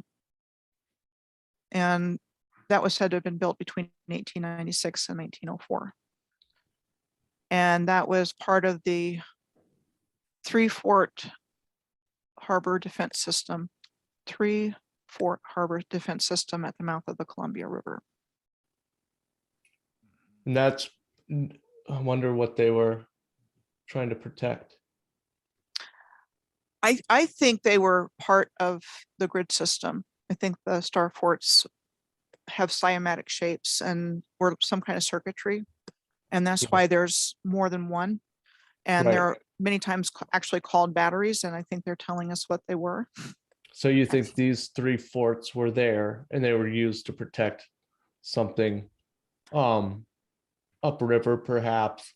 But guys, if you're not familiar with the geography of the Pacific Northwest, this is the Columbia River. So, and this is the Pacific Ocean. So if you enter the Columbia River, it flows all the way down to, goes through Portland, and then it goes out all the way through Highway 84, which goes from Portland to all the way to Idaho. And again, I think they were repurposed into military installations. Originally, they would have had a very different purpose in the original civilization. But they're typically at least 2 and usually more are found in nearby. So I just start looking for forts when I see one to see if there's other ones. And Yeah. I'm not disappointed. And then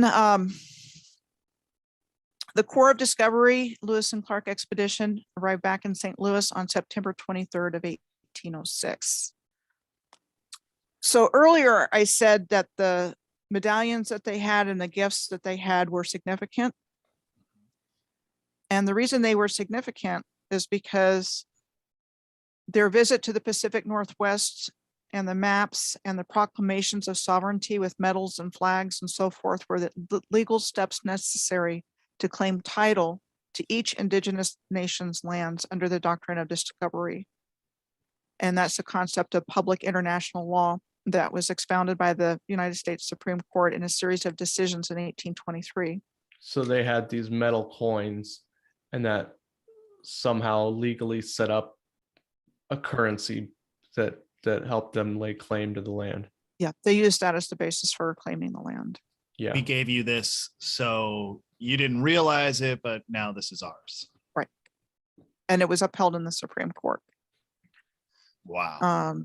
So under the doctrine of discovery, the land's title to the lands lay with the government whose subjects traveled to and occupied a territory whose inhabitants were not subjects of a European Christian monarch. So the Supreme Court ruled that the Native Americans didn't own their land on the basis of the doctrine of discovery, which I think was a papal bull, was established through papal bulls, a series of papal bulls.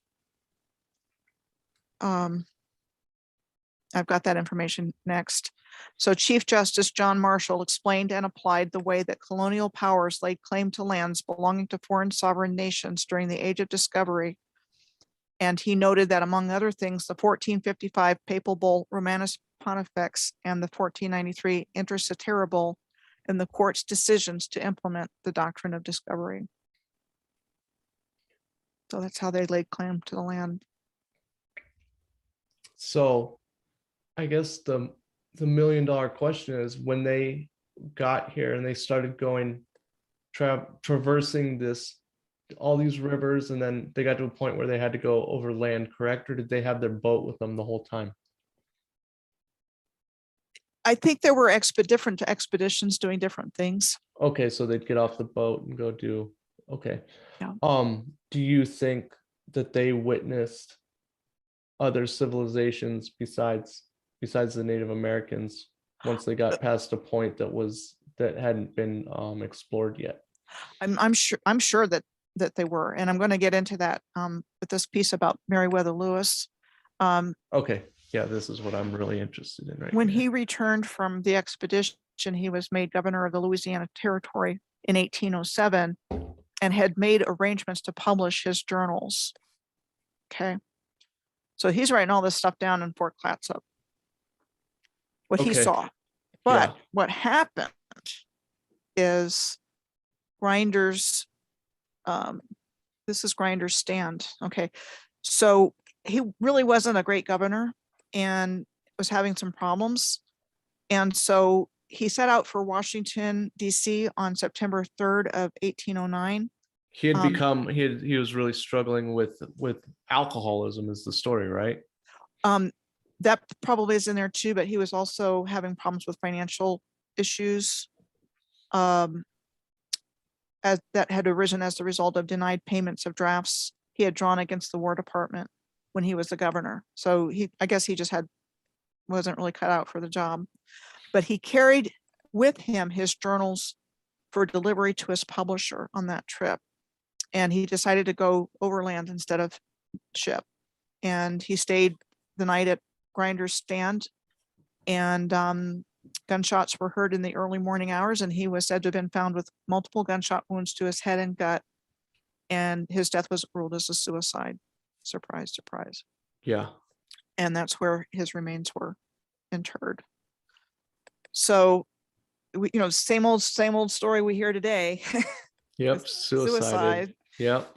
And he would have known. And I have a feeling the journals that we have of his probably weren't written by him, but were more than likely written by others. Yeah. And he was also a Freemason. Okay. What came of Clark? I don't really know. I didn't deep dive into Clark when I was first doing this, and then when I put this presentation together, I just kind of went back and pulled the relevant slides. But it gives you an idea of the things that I've been talking about, with regards to just some really suspicious, suspicious stuff along the way. You know, the big thing for me being those names showing up Yeah. right at the get-go. the I wasn't even Ro- looking for that. I wasn't even looking for that. It's hard to look at anything and not come across a couple of those names though sometimes. DuPont, Rockefeller, and Yeah. Astor, and, Their Astor. greasy fingers are on everything. DuPont, Rockefeller, Astor, and then the General Mills guy. Yeah. Yeah. And What are the Rockefellers up to these days? You don't hear their name quite as much. Did they kind of separate out into maybe change their names, or what's going on? I'm not really sure. I'd like to see them all go down soon. Yeah. So We know about the we'll see. DuPonts. The DuPonts, there's that guy was, there's those Foxcatcher movies. Have you seen those, Michelle? Mm-mm. This guy, one of the heirs to the DuPont fortune, he lived in Pennsylvania on this place called like Foxcatcher. It's not a ranch, but it was just this huge estate with a mansion on it. And he was really into wrestling, like collegiate wrestling, not professional wrestling. And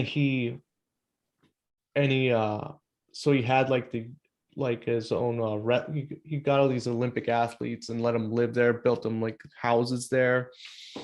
And he was crazy though. He ended up killing one of the guys, like this guy that was like going to be in the Olympics. And it's really worth checking out. I think there's a Netflix documentary, and then there's a like a historical fiction movie about it as well, called Foxcatcher. It's pretty cool. Okay. Check that out. Yeah. So, you know, what I like to tell people is just start looking around your own communities Yeah. and guarantee you're going to find things. Yep. Yeah, That's amazing. You keep mentioning, having the eyes for it and seeing it differently.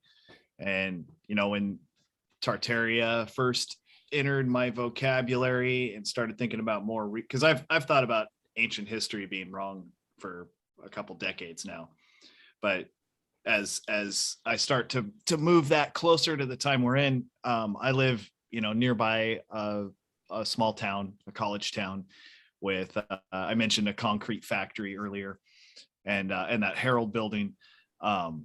When I first, someone said something to the effect, start looking in your own town, you'll see buildings like this. And I just kind of went over that town in my head and went, nah, there's nothing really there. And now I'm excited every time I drive through because I see something new. There's something around every corner when it comes to this subject with just the architecture in that. And there's a few smaller towns around. I mentioned the train bridge, that's in a slightly smaller town. I mean, these things are literally everywhere if you have the eyes for it. I've lived here my whole life, and I never saw it like this.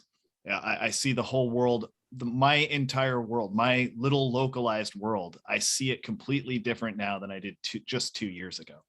It's amazing.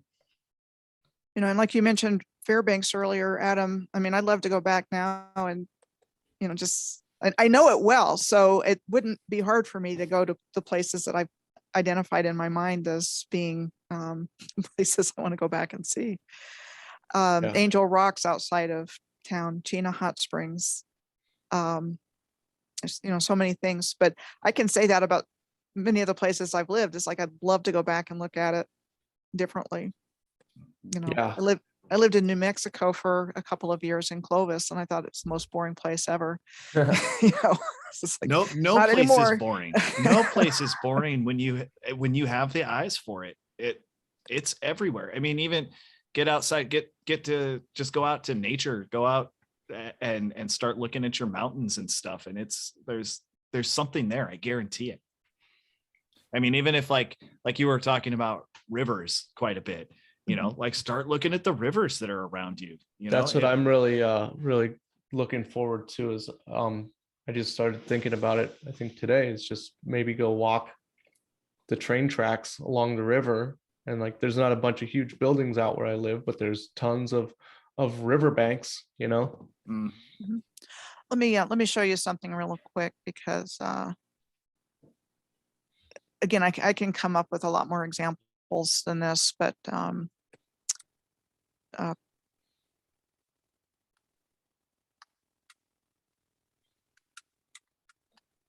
okay, so I just want to give you a really good example of not only this place where the river confluence is, and this is Pittsburgh, Yeah.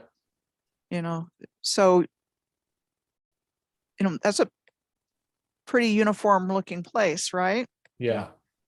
Where It's like you've a got 40, the two 45 rivers degree here, bend in the river. and then you've got the Ohio River here. But not only that, you've got 2-star forts right here. Oh, yeah. There's Fort Duquesne and let's see. I should know it, but I can't think of it. Anyway, there's 2-star forts right here. Wow. And you know, again, if just looking here, you've got Indian Mound here. And we were talking about places with mound in the name. Mhm. And probably more to that story. So again, those you know, I can show you more examples, but I like this one because it's pretty. Yeah. Yeah. But I Yeah, mean, so- and it's pretty clear that there's, you know, something uniform going on here, you know, as opposed to nature did this. Yeah. Mhm. Yeah. So Michelle, the highway that goes from Portland to Astoria is Highway 30, and it starts in Northwest Portland. It's the highway I take home every day. It's along the Columbia, and right there where it starts in Northwest Portland is where they had the 1905 Lewis and Clark exhibition. And it's pretty, it wasn't one of the sanctioned expeditions or exhibitions, but it was, I think they did it like kind of on their own to try to promote, they say they did it to try to promote population growth in the area, to make it more than just like a little logging outpost. And yeah, that's the world's largest log cabin that they had there. But if you look at they have the old like drawings, you know, the cool old posters of it. Like I'm getting one framed right now, but it's pretty impressive. It was on a if you look up, maybe look up Guilds Lake, Guilds, and it'll show everything. And it looks like a little mini Columbian Expo, you know. I wonder. Oh, yeah. Guilds Lake, Portland. Yep, there it is right there. Yeah. Yeah. You've shown me some pictures of this. Yeah. You know what happened to that lake, Michelle? Mm-mm. It got filled in by a silt flood. Of course it did. Yeah.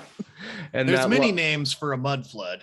yeah, you know, and you go down there now, and that's just an industrial area. All that is corrugated tin warehouses, and then they're building condos for the smart city down there, gentrifying it. I went to elementary school down there when I was little, and it was a rough area.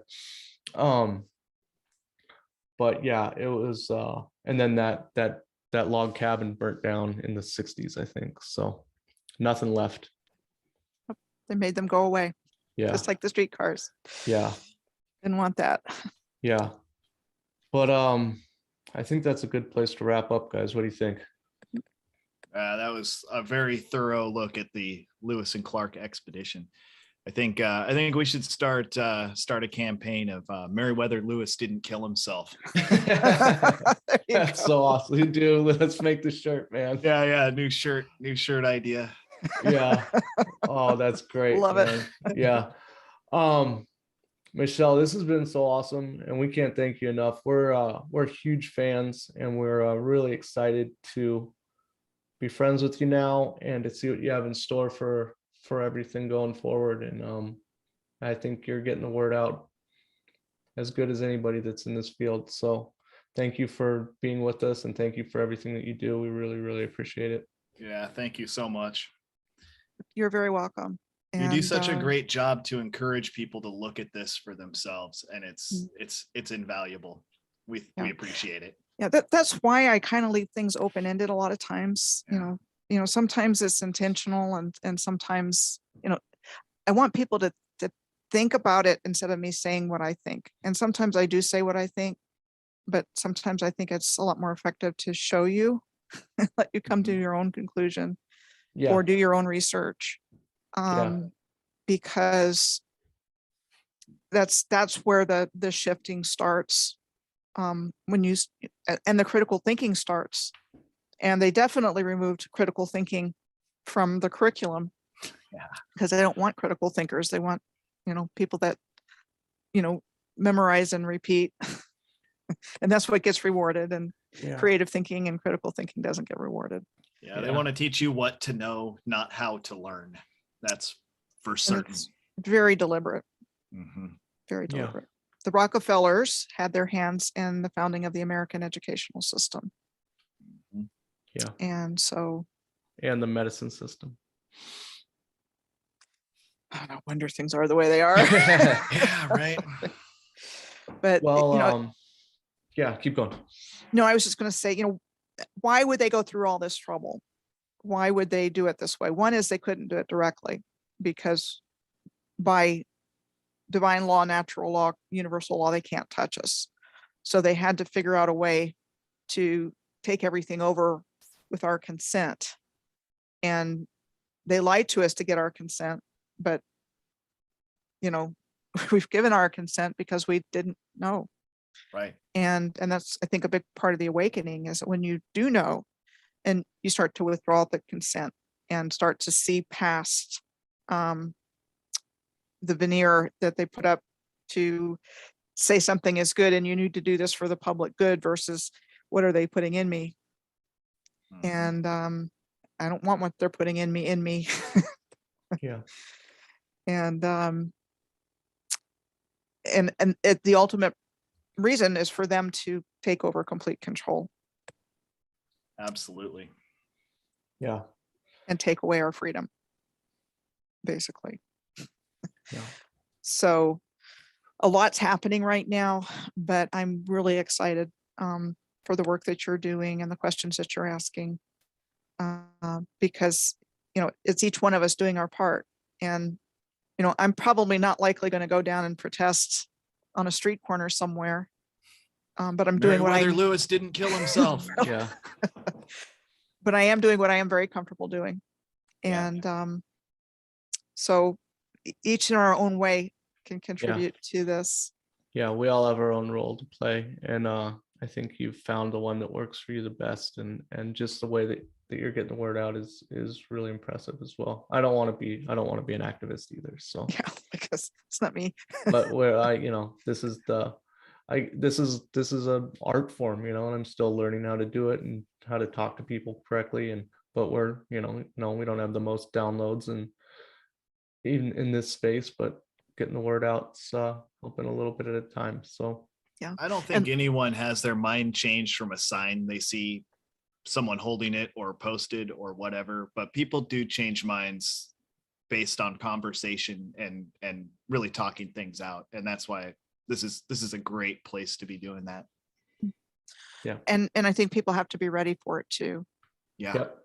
You know, Yeah. and honestly, I think that's one of the reasons things are playing out the way they are today. I think it's being used to red pill people that would not otherwise wake up. Yeah. And I mean, what we've seen in the last year and that kind of thing. I think there's more going on behind the scenes, and I think they were dug in deep with everything that they've been doing. And I mean, the controllers or the bad guys or whatever you want to call them. And so it wasn't an easy takedown, but I think, you have to show people, like you were just saying, you have to show people before they can really have the will to change their way of Yeah. thinking or believing. Yeah. And you never know. 1 out of 10 people that you tell this to, one person's something's gonna click in their head. They're gonna be like, well, I saw this at this brick building, and they're down the rabbit hole too. So That was kind of weird that I Yeah. saw a building that looked like this or that. yeah. And especially to people who are interested in history as well, and especially people who are interested in alternative history. So I have a degree in history from a real college, and I think a lot of people like me who had that degree would be resistant to learning, just because they think like everything that I was taught was a huge waste of time. But I'm already, I didn't end up using my college degree for anything because I have a history degree. You can't use it for anything. And it's just it's so fun to learn and to keep learning and to learn about stuff that you're actually interested in, and not stuff that you're forced to hear from a Rockefeller agent. So I Well, like- gotta say, Adam, for having a history degree, you came out all right. yeah. Because I didn't pursue teaching, probably. And as much as I loved history as a kid, I'm so glad I didn't major in history. Yeah. So glad. It was an excuse to keep my parents paying for my college for a couple of extra years, so. Michelle, you've given us 2 hours of your time, and we couldn't be happier. Thank you so much. Do you want to plug anything for yourself before you get out of here? I just have my YouTube channel is, if you type in Michelle Gibson and then type Moors in afterwards, you have that. I'm an educator on a new platform called Nguru. You can find it by typing in nguruyourlife.com. How do you spell And, that? I'll send you Yeah, link send me for some it. links. And I have special content and a social media discussion group on there, and courses that I've offered, and it's just getting started. So Oh, that's great. Sky's the limit with that. Cool. And I've got a couple of books out, ebooks, and just staying busy. My to-do list grows all the time. Yeah. Well, you're doing it, and we couldn't be happier. So send me all those links. I'll put them in the show notes. Chud, final thoughts. It's everywhere. The evidence is everywhere. It's in Yep. your backyard. Yeah. Open your eyes. You'll see it. Yeah. Front yard, Um, backyard. Yeah. Mhm. Can't tell you how many neighborhoods are built on mounds. And Yeah. seriously, I was going to say, under your feet. It's right under your feet sometimes. Yeah. Guys, write us emails. Tell us what's not adding up where you live, and we'll expose it yeah. on. It'd be cool to make like a spreadsheet like you did, but just of all the stuff in different states that you can go look at. All right, guys. Thanks for listening. This has been I'm gonna have to go. I always feel weird after these intense Tartaria episodes. I feel like I've caught like some sort of weird contact high. I feel a little bit extra spiritual. So thank you guys so much for listening. We really appreciate it. And we'll be back soon. Love y'all. Bye-bye. bye everybody. Thank you. Thanks.